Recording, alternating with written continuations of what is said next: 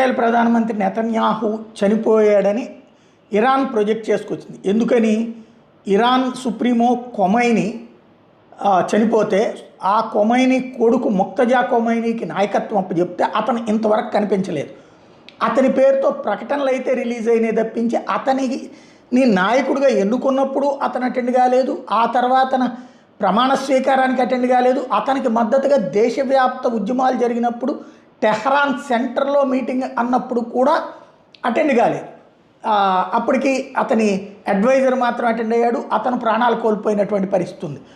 ఇప్పుడు చూస్తే తర్వాత దాన్ని కౌంటర్ చేయడానికి గాను ఇజ్రాయెల్ ప్రధానమంత్రి నెతన్యాహు చనిపోయాడు అన్నటువంటి ప్రచారాన్ని ఇరాన్ చేసుకొచ్చింది. ఇరాన్ అనుకూల మీడియా కూడా అదే ప్రొజెక్ట్ చేసుకొచ్చింది. ఒక శవాన్ని కూడా చూపించేదో చుట్టుకుంటూ తీసుకెళ్తున్నట్టు, అట్లాగే ఒక ప్రాంతంలో బాంబులు బ్లాస్ట్ చేసినటువంటిది, అక్కడ ఇతను